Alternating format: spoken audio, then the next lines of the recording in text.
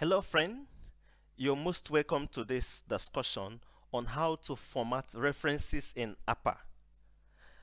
I'm going to show you how to do it manually and how to use MS function to generate your reference in automatically, okay? Now, I want to note that there are different referencing styles. There are many of them, but four are very common. And these include Modern Language Association System, MLA, and then the Harvard system, and also the Modern Humanities Research Association system. But the one of interest to us is the American Psychological Association system, APA. And why are we interested in APA here? APA style is widely accepted in social sciences and other fields, including education, business, and nursing sciences. The upper citation requires that you cite within the text, you put in brackets your citation as against footnotes or endnotes. Now, there are basic things you need to know about upper style. One of them is that citation in the text is actually made in a very brief form, and it's a way of providing brief information about the author and the date of publication, which actually leads the reader to the source of information as captured in the reference list, which is usually placed at the end of the paper. In this discussion, we are going to focus on 7th edition of APA because that's the latest as of the time 2014 when we prepared this video. In most cases, the difference may not be so much. Okay, so we need to note certain rules in the use of APA. One is important to know that summarizing and putting in paragraph the main findings or takeaway from a research article is the preferred method of citing sources in APA paper. It is preferred that you summarize it as against quoting papers verbatim, even though it permits it. Alright, so always include the last name or the surname of the author and the year of publication so that your reader can find the full citation in the reference list. Alright, example is what is shown here. According to Ojide, by the way, my surname is Ojide, okay? And some of these things we're going to be using here are hypothetical papers that are not existing. Alright, so according to Ojide 2017, limitations of studying socioeconomic status in research. Now, so this is what will just appear on the paper, Ojide 2017. So when you go to the reference list, you will now find the full reference of this paper. That is basically APA format. All right. So, but when you have to quote directly, okay, if you must quote directly, you put the author's surname or the last name with the year of publication, and then you put the quotation. And because it's coming as a direct quotation, you will necessarily need to include the year of that particular, the page from where you collected that direct quote. In the same way, you could have the author's name coming, like Ojide 2024 found that, then you put the direct quotation and put the page. But if it is not direct quotation and is paraphrased, you don't need to put the page. In another case, you may have a situation where you have made some statement and that statement leads you to the direct quotation. So you finish that quotation in that sentence, in that statement, and then include the author in parentheses that way, okay, together with the page from where you withdrew that direct citation. All right, now the other important thing you need to note is that if for any reason you have to cite a particular author verbatim and the line is more than 40 words, you use what we call block quotes. Block quotes don't require quotations marks. No. What it requires is that you indent that particular statement, giving it half inch. Let me show you that thing in Word document. For instance, a socioeconomic analysis by Ojide 2024 found the following.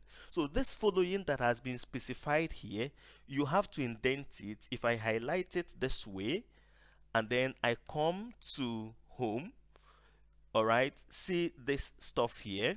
I want to drag this indent, by half this way, okay, and then because I've highlighted it, I drag it by half this way. This is what is required, okay. If you must cite it so that it's in the body of the text but is indented at both sides, so it becomes clear that it's quotation. You don't need to include quotation marks there, all right. Now the next thing is when you have to cite one author, because in in-text citation depends on the number of authors you are going to use. When you have to cite one author, for instance, you only need to use the last name, or what we call the surname of the author, and then you put a comma and then include the ye in parentheses this way. You have finished your statement. At the end of that statement, you are including Ojide, 2024. Then you close it up in that parenthesis. If there are two authors, you follow the same, but you use the symbol of and. Don't use and spelled A-N-D. You use the symbol when you are putting the surname in parentheses. However, when you have a case where you are citing the authors and you are not putting the authors in parentheses, you use normal and. A lot of authors, writers make this mistake, where to use the symbol and where to write it in full. If, for instance, I am saying, according to Ojide and Obodo 2022, only in brackets, because this is part of the sentence, you are required to write your and in full. But if I'm putting the authors in parentheses, then you use the symbol and. In another case, if you have three or more authors, then you use et al. To capture it. Ojide et al. 2024. Okay, that one seems to be common for everybody. But in APA 7th edition, once it is up to 3 authors, you will use et al. But in the reference, you will spell out everybody's name, and that is what is required. Okay, now the other important thing we need to note is if you have need to cite an institution, for instance, Central Bank of Nigeria, or like in this case, African Development Bank. Now, this is how they abbreviate their name. So you now put it in this kind of parentheses the first time it's appearing in the work. You put it there, the abbreviation, but you write the full name the first time you are using it in that paper. Subsequently, you don't need to put it in full again. You only use the abbreviation. It's important you know that. Now, other issues, for instance, when you have come to the issue of referencing, all right, it's important that you include complete citation, that's the reference list, at the end of the paper. And when you are doing that, you organize it in a way that the author's last name, or what we call surname, are arranged in alphabetical order. And then you make sure that there is this hanging indent to separate each of them. The first line has hanging indent. I'll show you how to do that quickly. But by the way, before I show you that, it's important to note that Wikipedia is a depository. It is not a publication on its own. So it's not proper to cite Wikipedia in your work. I would rather advise that if you see anything they have deposited there, look for the actual source from where they brought in that thing in Wikipedia, because it's not an authority you can cite. So that you look for the main author. In most cases, they will put the reference, the citation. Go and visit that paper and then cite the actual paper, not the depository. Okay, so let me take you quickly to how this could be done in Word document. Where is that our Word document? All right, this is a group of reference here. Okay, now we'll still treat in details how to do this. So if I select all of them and I want to indent them, by the way, it's not supposed to have space, then I will see if I move from below, everything will move. So that is not what I need. So to do it, come here, not the one facing down, the arrow facing up.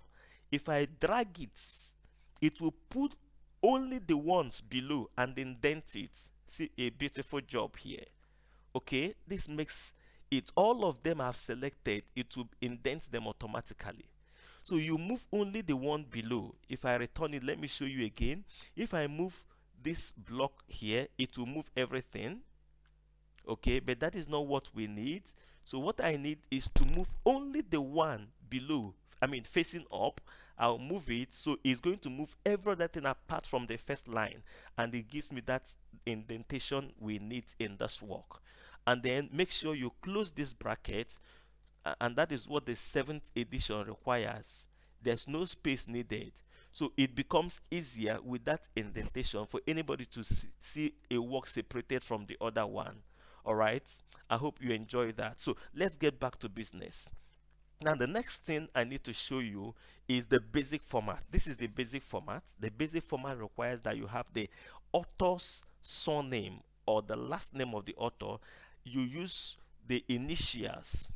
So once you put the author's surname, you put comma, and then the initials, the last initial, you put full stop before comma.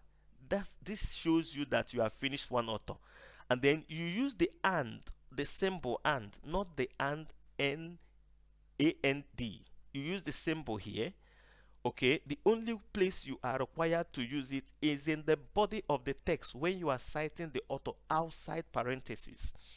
Then the second author, you put the surname and put brackets, and then you now put the initials and close it with the last dot, put date in brackets, put a dot, then the title of the work.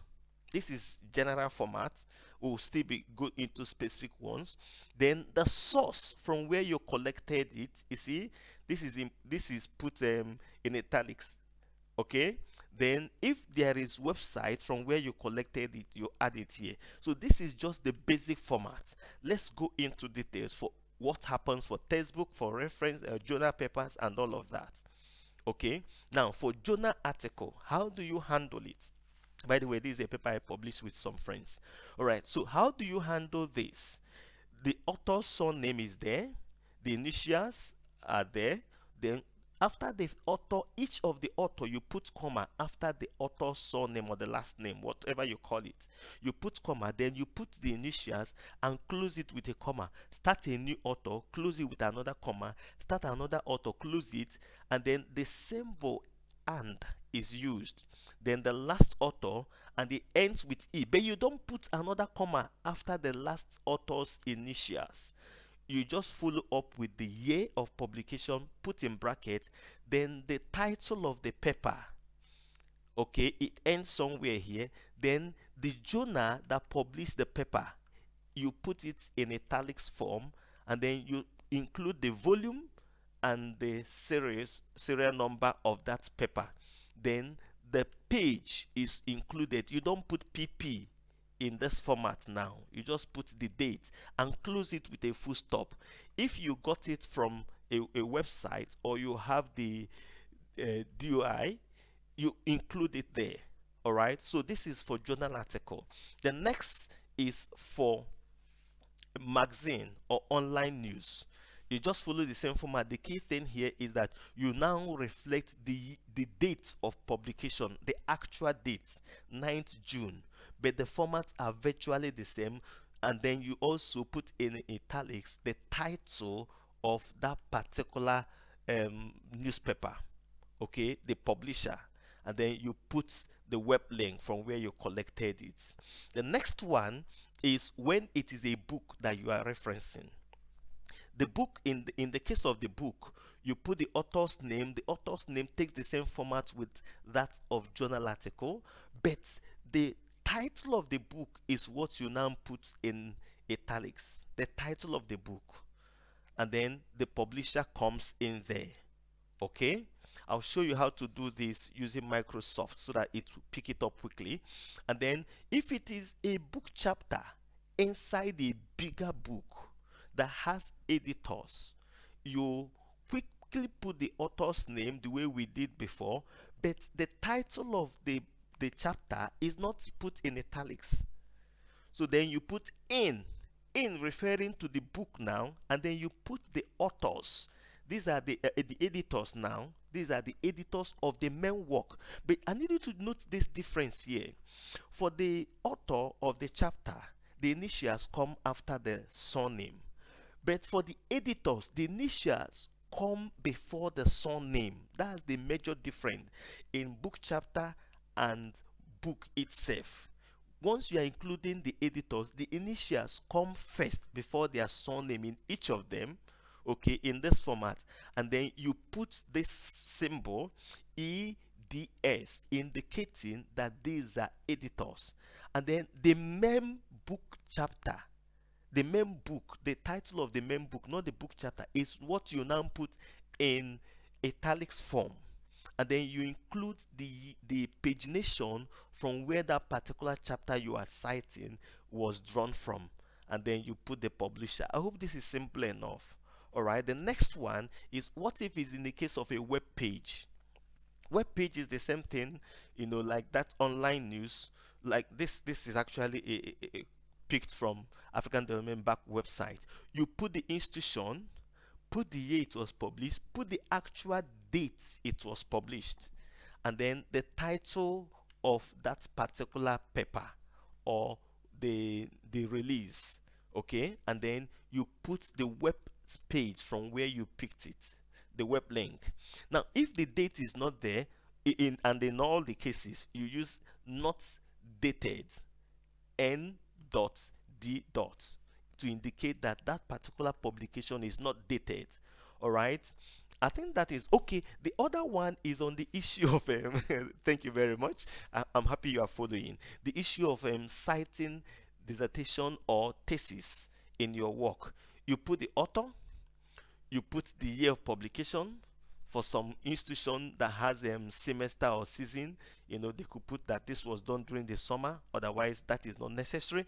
Then the title of the work, you put it in italics form, and then open up this parenthesis and indicate that this is master's thesis, and then the name of the university.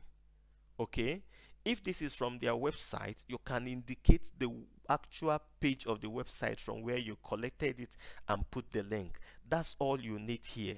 Okay, I think we are almost done. I'll just show you the practical step. Oh, beautiful. This is where I need you to pay more attention now as we summarize the practical steps on how to do this using your word function.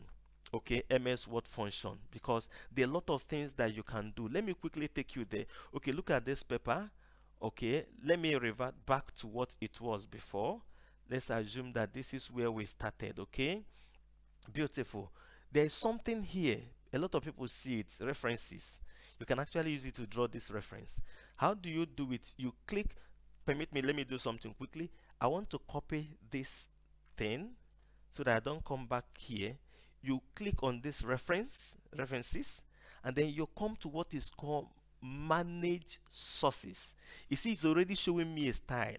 I can use any other style here. These are different other styles available, but I'm working with APA here. Okay, so manage sources. If I click on it, it will open a dialog box for me. This is a very beautiful dialog box it has opened for me. How do I manage this source? Quickly, I will click for new so that I can make my entry. I click new, and then it opens another dialog box for me. It's asking me, is it book chapter you are dealing with or journal article? I'm dealing with journal article here, so I click on journal article. I had copied that thing so that I don't need to close this and come back. So I want to paste everything here where I have title, so I can be picking it from there. Okay, I've dropped everything there. So see the author, since it's a single author, I'll copy this and say cut. I'll put it here. Okay, then the year is 2024. I'll pick it and put it in the year. You don't need to put in brackets. The system will generate that direct for you. This is the title of the work. And then the next thing I'm looking for is the journal. This is the journal. I'll pick the journal. Okay, I'll cut it and put it here. And it's asking me for the pagination. I'll also put the pagination here. I cut it. I put the pagination. Okay, now let me drop the rest. Now okay, I drop the rest. You see my the, what do you call it, this is the volume. I'm putting it together with the paper. I just put comma and put the volume and the series. Okay, and then I click OK. The system has generated something for me here. Okay, and is appearing somewhere here and showing me this is the format it's going to carry. All right, now I want to close it and pick another one. This is for 2 authors. Okay, let me pick it together with the link. This is for 2 authors. I go back to manage source. I say new one. I generate new one. I drop it here for easy access. Okay, now I go to pick the authors, but the authors are more than 1. So what I would do is to click co-author. So co-author will activate for me to include co-author. So I put all of them here. You see, maintaining that format. Okay, then the year is 2022. Okay, the title of the work is specified, and the journal article, I'll pick the journal article together with the volume. Sorry, together with the volume. If I want to include the online link, I will cut this and put it there, the online link. Okay, but before the online link, usually you put full stop, and then the page of the paper, I will drop it here. Okay, and then I click OK. Beautiful. So it has dropped it for me here. So I can keep entering all of this until I finish. Let me put a textbook. So let's get to textbook. I go to manage source, new, give me textbook. Sorry, I'm going to stop there. Okay, give me textbook. Okay, and then I'll collect the author's name, and there are multiple authors, so I click on co-authors and then put it there. The year is 2019. Okay, then I have the title of the book, and then since it's a fourth edition, I allow that fourth edition there, and then the publisher, I collect the publisher's name and put it there. Okay, you know the city, you include the city. All right, so you include the city. So this is basically what is requires from me. Okay, and then I click OK. I hope we are fine. Beautiful. If you don't mind, I can stop it here. Normally there is a close somewhere here where I usually close it. So that's it. Or you want me to do, okay, let me just do for this last one so that we end there. This is for online publication. So I'll go there, click new one, and then I'll look for that. You know, there's this arrow down. I scroll down, I see it that is from website. I click on that. Oh, it's leaving me with a lot of things. So I select what I want to work with. Okay, so this is online or electronic source, whichever one. So let me use online or website. Okay, so I drop this, and then The author is here. I pick the author's name and keep it where you have the author, and then see the year of publication 2021. I cut it and put in year of publication, and it's asking me for dates and months. So month here is July, and then day is 9. Okay, and then the title of the publication, and then it's asking me who is the owner of this website. It is Publication Today that owns it, so I cut it, I put it there, and then the web link is asking me for the web link. I quickly pick the web link, cut it, and drop it somewhere here. Oh, beautiful. This is where we are going to keep it as a close. Now, after writing my paper, if I've entered all of this, after writing my paper and I want to do my reference, I've entered a new page. I'll come somewhere here on the new page and go to click. You see that source. Instead of that source now, I'll come here and click citation. Which way do you want to cite it? I just click on it. It's going to drop everything for me. I've clicked here. Okay. Yeah. Okay. Now say add uh, I want to add the reference. Is showing me which way do you want it to come. Let me keep it this way. So I click on this. You know where we have bibliography. I click here. It drops everything for me. Look at it there. It's somewhere up. See, the system has generated it for me using their own font. So this is it, and it's automatic. Okay, see how it has noted the journal name and it put this thing in italics form and all of that. Okay, maybe there is a comma that came from me. I can quickly correct that error so that you don't allow things that are not necessary there. So you scan through it and remove whatever that entered by chance. So this is actually where I'm going to keep it. That's how to generate it. If you want to generate it from your home, you click reference and then source. If I click it, the source is there, and then I can actually delete any of them or modify anyone in here. Okay, and then once you're done, you close it, and when you are ready to drop it, you click on bibliography and select the format you want. Once you click on it, even if there are 20, 100, the system will drop them automatically for you. So people who work on paper sometimes can just be entering it on that particular paper as they go, so that once you are done, you just drop it. On that note, I want to say a very big thank you for spending this time to learn from this channel. I'm sure you appreciate our effort here, and if you do, just subscribe. If you have not subscribed, share this idea, share this particular lessons with colleagues and friends so that they can also tap from this seminar. Thank you very much, and stay richly blessed. Cheers.